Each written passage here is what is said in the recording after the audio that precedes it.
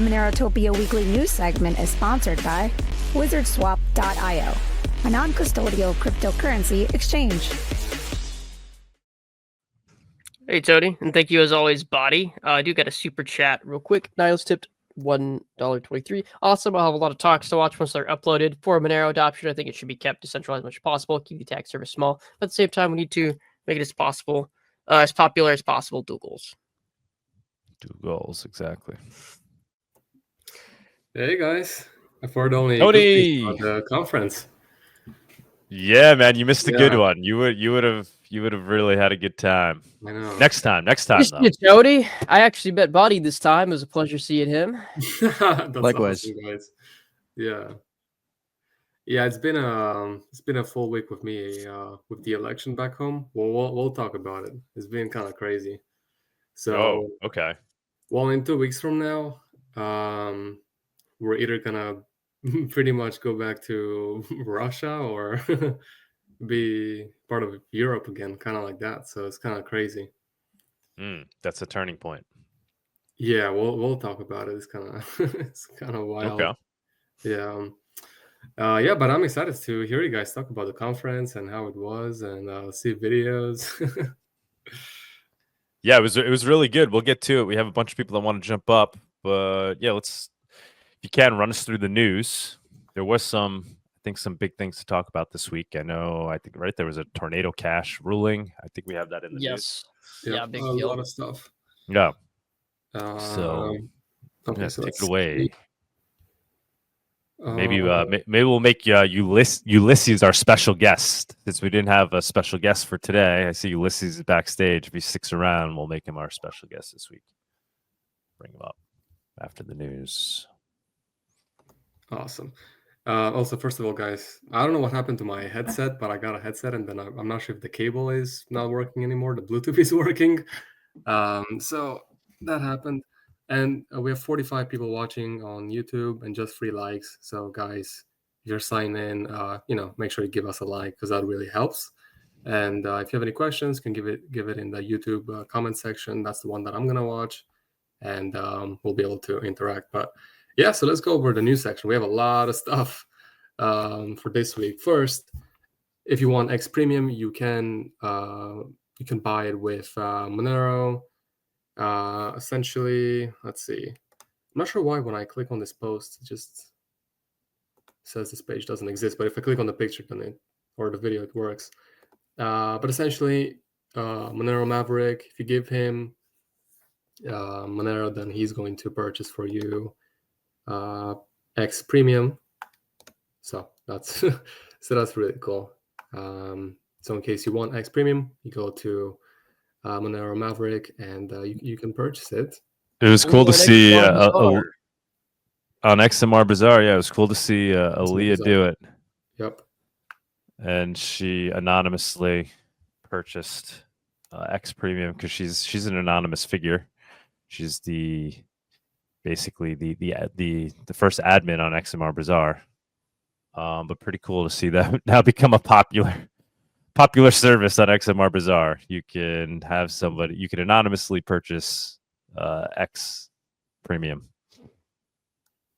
Cool. And I think they only have one more day, or not too long, before you can get the 40% off for the whole year. So in case you were looking for it, then make sure you purchase it soon.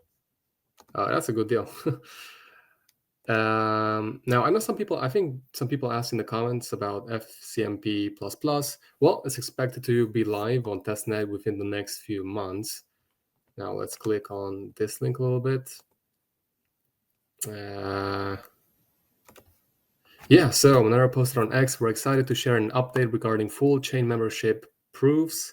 To summarize, FCMP++ is progressing well and is expected to go live on testnet within the next few months. And yeah, let's click on. Yeah, so that's obviously really exciting news. Somebody, fairly reasonable investor, said, very good, just mentally preparing. Yeah, so that's awesome news. And then 295 Monero was sent to this proposal from the General Fund to audit the Monero Serai wallet. with the majority of funding coming from CCS donors, and is now fully funded. So, very good news in regards to the progression of Monero.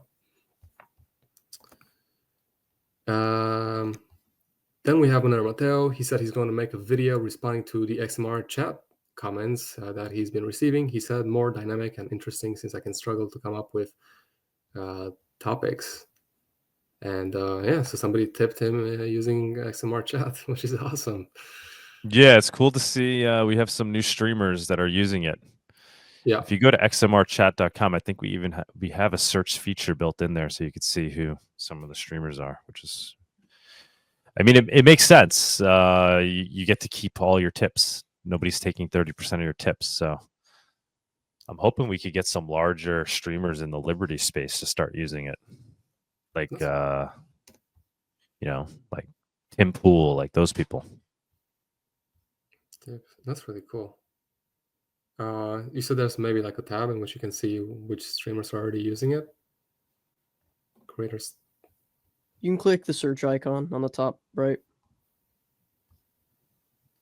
Cool. Okay. So let's see. Whoa, well, quite a quite a bit of people. Techlore, Schmidt. That's cool. Yeah, guys. So it's a lot more people are using it. So yeah, hopefully it's gonna be used by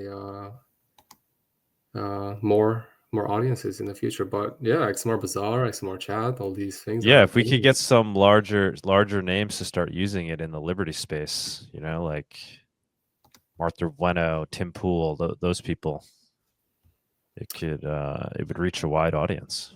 Tim Pool's not going to use something like this. No. Maybe someone like Luke Rutkowski. Luke. I'm trying to work on He'd actually Luke. be interested, because I actually met him and talked to him very briefly at Bitcoin Nashville, and he said he was interested in something like that. So, well, I was supposed to go on his show before MoneroTopia, but he was a little concerned bringing on a Monero person. And I was like, what? I was like, bro. I was like, come on! I thought you were Mr. Liberty. I thought you were Mr. Liberty. So I'm still working on that. So not trying to talk. Maybe he has some legitimate reasons. Come on, guys, it's spam. No, do not. Just kidding. Don't harass him. Don't harass him, because I think we'll be able to convince him. Maybe just mention in the comments, we want to see Douglas Tooman, this Liberty guy. We really want to see. Yeah. Throw that out to him in a nice way. Yeah. But overall, I mean, I think from what I see and over the years, that the Monero community has been the most non-violent, and most intellectual, and just open to overall tech in general. So, yeah. Hopefully, the culture in Monero is amazing, grassroots, and honestly, growing. Honestly. In spite of the lack of price appreciation, I mean, that just shows you the passion and community that's there, right? They're just into it for the utility, and that's once the cap is removed and Monero is allowed to blossom. I mean, it's gonna be beautiful. Which I think it's okay, because it's been so stable. For example, I got some family into Monero, and then like my aunt, the one that you met a couple years ago, the first MoneroTopia, she had a Monero, and she told me a couple of days it's been holding up. Like even she noticed that it's been stable, not down too much, not up too much. I mean, obviously we want it up. I mean, yeah, it's nice that it's going up for the price, but also it just means that it's being used more and more people are using it. That's why I'm looking forward to it. But yeah, it's been stable, and I'm fine with it, and it's gonna grow. I mean, with Trump, I guess things got more positive. So if Kamala would have been in, or maybe more people would have geared towards Monero, or if really bad things are happening, that things are tending to be more positive, it's gonna be a bit more difficult. That's how I see it. But yeah. Now, I actually didn't get to watch much of the Mark Andreessen and Joe Rogan podcast. So, should we Do you know like what minute I should skip to, Doug, or should I just play the first couple? Oh yeah, I think that's where he's just talking about how people like working on crypto startups have been debanked, and Joe Rogan is just like shocked that people are getting debanked. So you could play some of that. And Okay. obviously, we all know what the solution is, right? use Monero, and you can't get debanked. But yeah, it's worth listening to. Okay, so let's play the video. I don't know where it's. Oh, sorry, go ahead. I don't know exactly where. How long is the video? Maybe let's maybe it's skip like 9 minutes. So that's put it at like let's say put it at like the 6-minute mark. Yeah. Okay. Yeah. Let's go 6 minutes. All right. Yeah. What happens to those 30 tech people that you know? Start to go into a different field, like try to do something different and try to get, complete upending of your life. Yeah, complete upending of your life, and try to change your life, try to get out of the try to get away from the eye of Sauron. Try to get out of whatever zone got you into this and keep applying for new bank accounts at different banks and hope that at some point a bank will say, oh, okay, it's okay. We've checked it. It's now all right. Whoa. But there's no. So what do they do with their money? Like what happens? You go to cash. You go to cash. You can't have a. Yeah. So where do you put it? I don't under your mattress. Yes, exactly. Yeah. Exactly. That is so insane. Yeah, so if someone has $30 million in the bank and they get debanked. Diamonds, art, do you, I don't know, go overseas somewhere? Holy shit. Yeah. And just like, it just happens. And again, it's really, really important. There's no fingerprints. Like there's no person who. There's no stick above the strings. Yeah, exactly. Right. It just happened. And we can trace it back because we understand exactly, we know the politicians involved, and we know how the agencies work, and we know how the pressure is applied, and we know that these banks get phone calls and so forth. And so we can loosely, like we understand the flow of power as it happens. But when you're on the receiving end of this, your specific instance of it, like you can't trace it back, and there's nothing you can do about it. What are the instances? Like what is the company? What are they trying to do? And how do they run afoul? Well, all the crypto startups in the last basically 4 years. So remember the crypto thing got like really, sort of everybody got excited and like NFTs and like all that stuff, and then it just like stopped. Yeah. And the reason it stopped is because basically every crypto founder, every crypto startup, they either got debanked personally and forced out of the industry, or their company got debanked and so it couldn't keep operating, or they got prosecuted, charged, or they got threatened with being charged. This is a fun twist. This is a fun little twist. The SEC sort of has been trying to kill the crypto industry under Biden, and this has been a big issue for us because we're the biggest crypto startup investor. The SEC can investigate you, they can subpoena you, they can prosecute you, they can do all these things, but they don't have to do any of those things to really damage you. All they have to do is they issue what's called a Wells notice, and the Wells notice is a notification that you may be charged at some point in the future.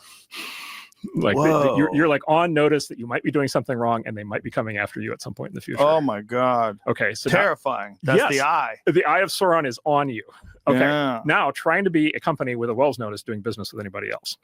Oh my God. Right. Try to work with a big company, try to get access to a bank, try to do anything. That's when they support DEI initiatives and Well, and then the SEC under Biden became the SEC under Biden became a direct application of exactly. So DEI, they did a lot with that, and then ESG, all the ESG stuff. And ESG is a very malleable concept, and they piled all kinds of new requirements into that.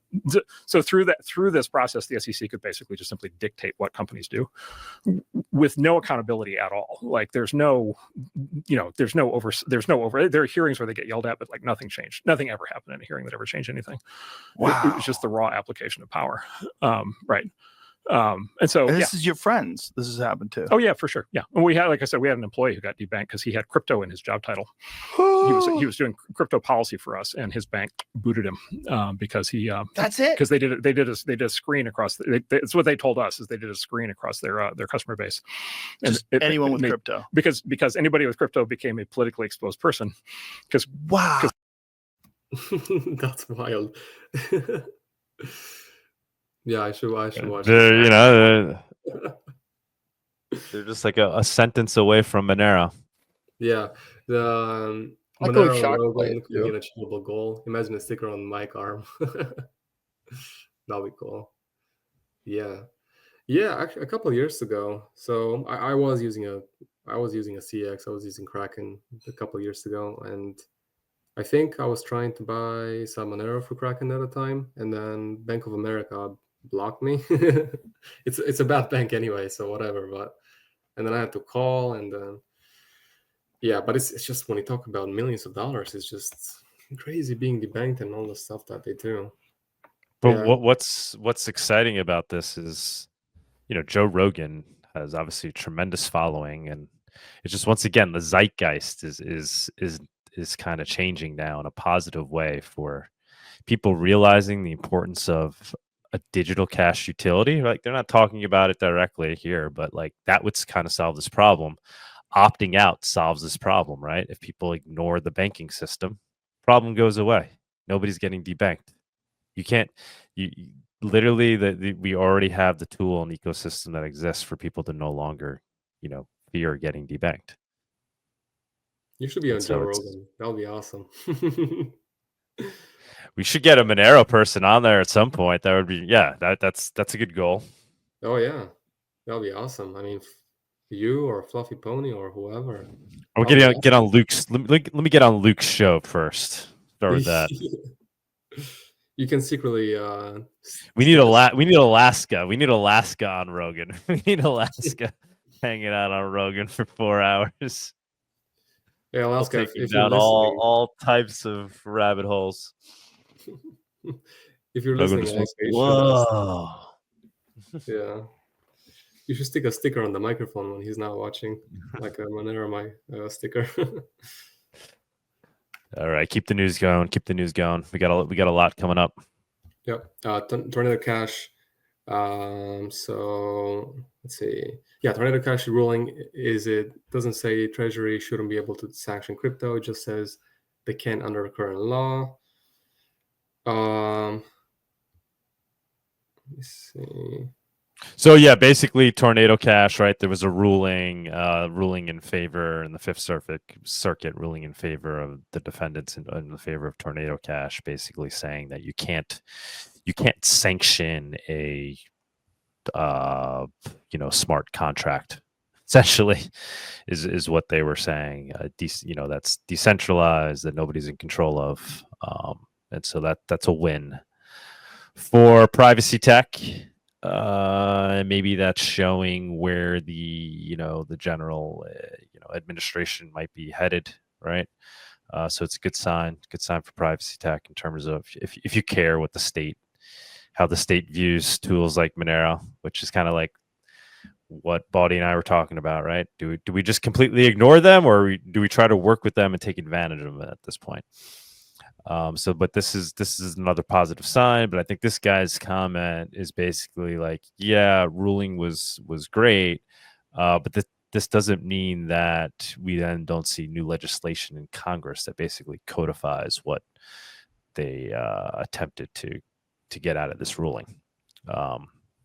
So that's a good point, right? It looks like a win, but is this a call to action for Congress to basically put in code what they tried to get in case law here? Yep. So judge just ruled the Tornado Cash is to be removed from the OFAC sanctions list.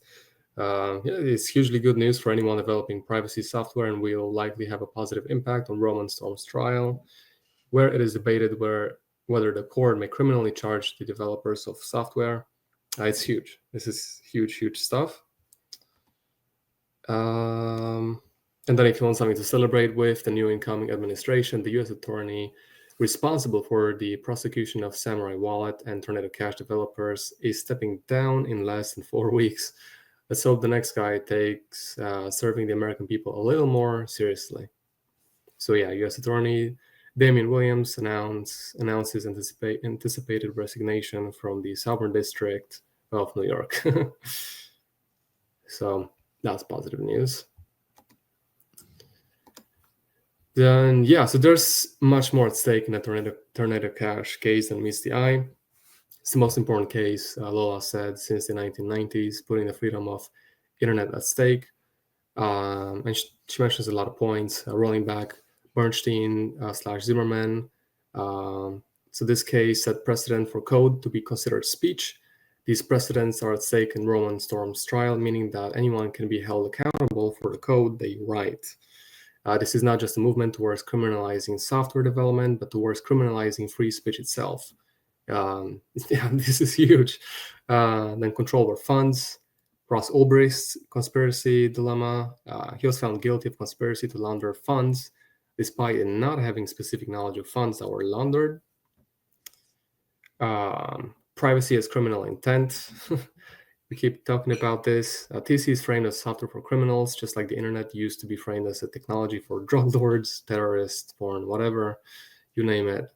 Nothing could be further from the truth, but financial privacy is frowned upon, even by the majority of the population, as most people don't realize that your financial history provides virtual current biography. So we've been talking about this, and it's very important what's going to happen next, because what's going to happen with developers of VPNs, Tor, or Session, or Yeah, there's we're kind of like relitigating the 90s right now. So yeah, it's I need to get Lola Leitz on a show. She presented at MoneroTopia, which is really awesome. She presented remotely. It's the first time she's ever done a live presentation, and then she did Q&A, which was really cool. Lola Leitz, that's the person's tweets you were just reading. Be great to get her on a Monero talk, because there is definitely a lot going on in terms of where the U.S. is headed with regards to policy of privacy tech, with Samurai Wallet being litigated. We just saw what happened with Tornado Cash, which is a good sign. But yeah, now's the time. We're like going through this transitional period, and seemingly seems like things are heading in our favor at this point. But that could change. Yeah, hopefully it's not going to change. But yeah, this is beyond crypto. I mean, they weren't in our favor, and that these people were indicted in the first place. But hopefully, the legal system, seemingly is moving in the right direction right now. Yep. Now, so we've been talking about this, but you know what comes after registering your miners? You get told which transactions to censor. We showed in the past, I think some transactions had a made in, like a made in China, made in USA, or whatever in the block. So we identify where it was mined so that it can be marginalized, besides many other things. But yeah, crypto miners must register with state and reveal power usage under new Texas rule. If you don't abide, then you're gonna pay $25,000 per violation per day.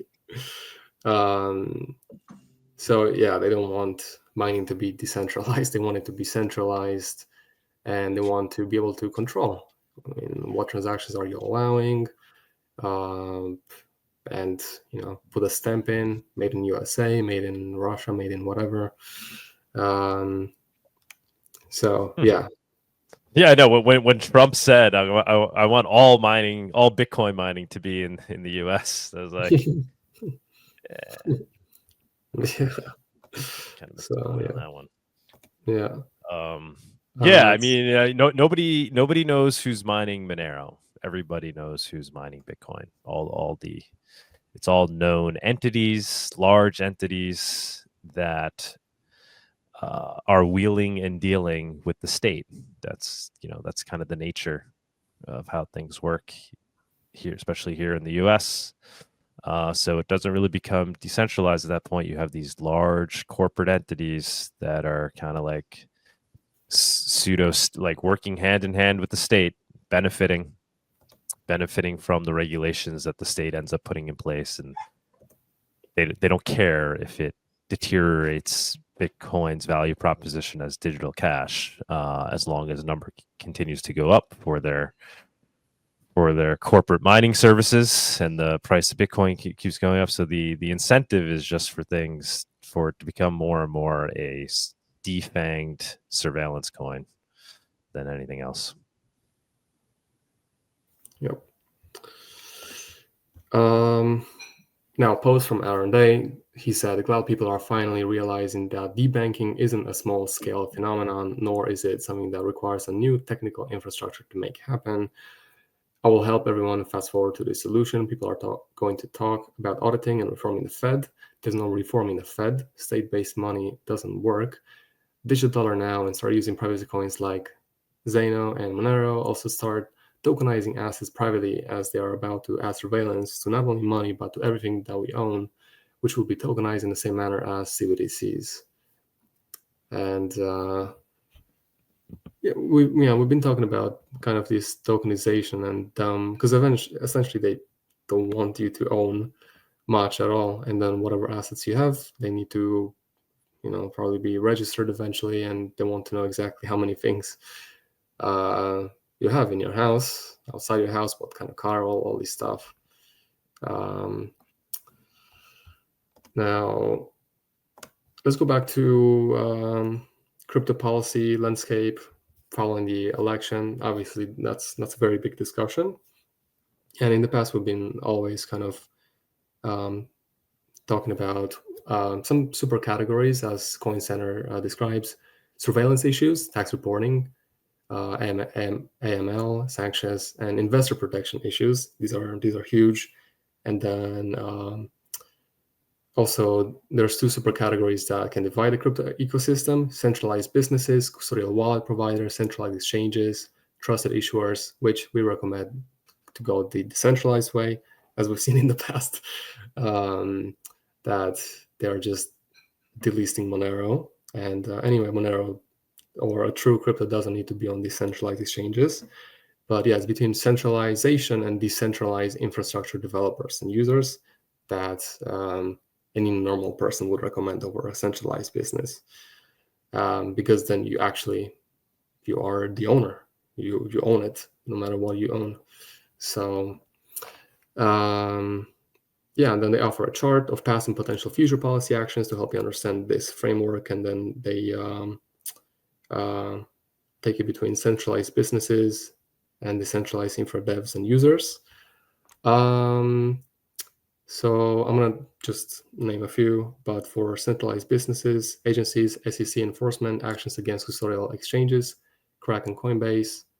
Then we have on the other side, agencies, treasury enforcement, actions against custodial exchanges, Binance BitMEX. Let's go over decentralized infra devs and users, agencies, SEC enforcement. Oh, by the way, Gary Gensler, I think he's going to step down. I didn't look much into it, but he's not going to be in charge, which is good. Slight side note.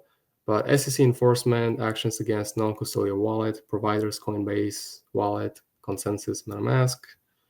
On the other side, agencies, 6050I tax reporting obligations, Tornado Cash sanctions, IRS broker rulemaking, unlicensed money transmission, prosecutions, Tornado Cash, and Samurai Wallet.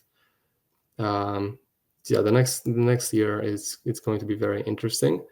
And they also mentioned some top threats. 6050I, that is a big one. So let's go to it over quick. Basically, Congress takes its war on cash to digital assets, be it America or Europe.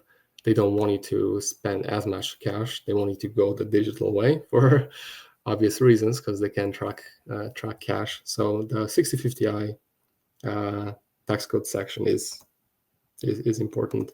Then Tornado Cash sanctions and unlicensed money transmissions, prosecutions. We have a lot to look forward to in the next year, and we'll see what Trump is going to do, how many things he's going to do of what he said. Is Rust going to be free the first day? A lot of stuff that I'm looking forward to as well.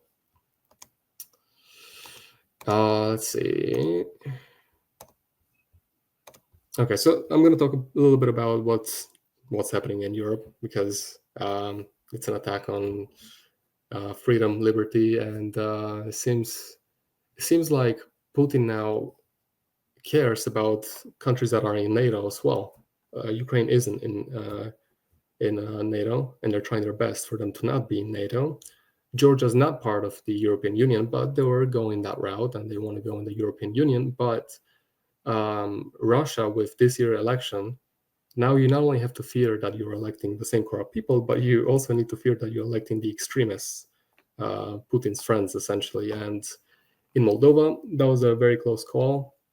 They're all almost going to elect a pro-Russian candidate that he could barely speak Romanian anyway. It was absolutely crazy, but he lost, fortunately. In Georgia, they were going the European way. Good or bad, I mean, it's way better than the Russian way. When people emigrate, they're not going to Russia or North Korea. They're going to Germany, Italy, and America and other countries. But yeah, they fraudulently elected a pro-Russian in Georgia, and as we all expected, now they stymied the process to go towards the European path, and people are protesting. And they're attacking the people right now, and of course the protests are not violent, but they are being very violent towards the people. So let's watch just a couple seconds.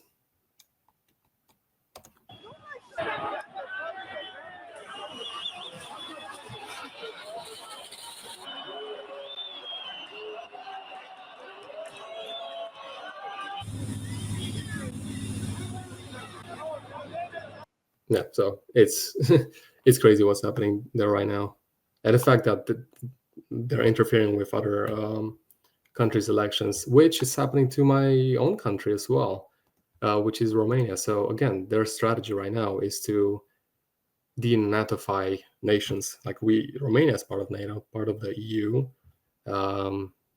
We escaped communism for 35 years, and Russia wanted us the entire history. So our democracy and freedoms are in great danger. Essentially, overnight, this TikTok candidate, they call him, because he wasn't on any debate or anything. He was just on TikTok.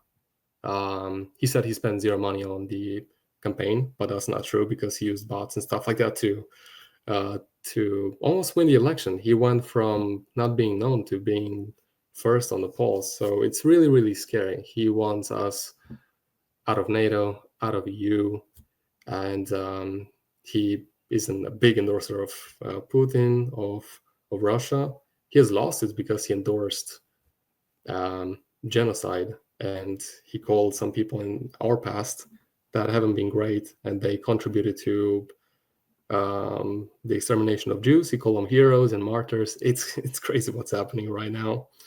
So yeah, tomorrow I'm going to go vote for the parliament, and the next week is going to be for the presidency. It's going to be between him and then the woman. I really hope she's going to win, because if not, it's going to be terrible. But yeah, protests going around the whole country, in Romania as well, and it's just so interesting that now you also have to fear that you're going to have extremists running as well. So not just the corrupt politicians, but extreme people.